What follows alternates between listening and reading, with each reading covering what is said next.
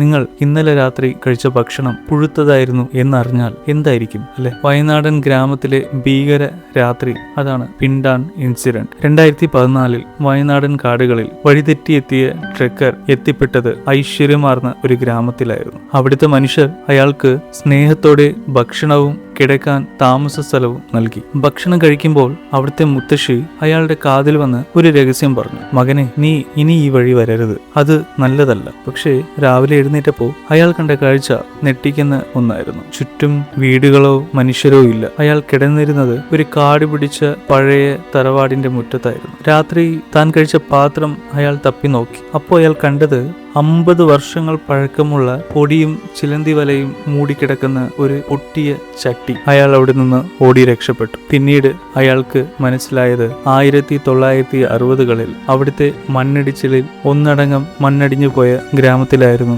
അയാൾ താമസിച്ചിരുന്നത്. ചില യാത്രകൾ നമ്മൾ ഒറ്റയ്ക്കല്ല. ഇതുപോലുള്ള വിചിത്രമായ ട്രെക്കിംഗ് അനുഭവങ്ങൾക്കായിട്ട് സ്പൈസി ട്രെക്ക് ഫോളോ ചെയ്യുക. അടുത്ത വീഡിയോയിൽ കാണുന്നവരെ ബൈ.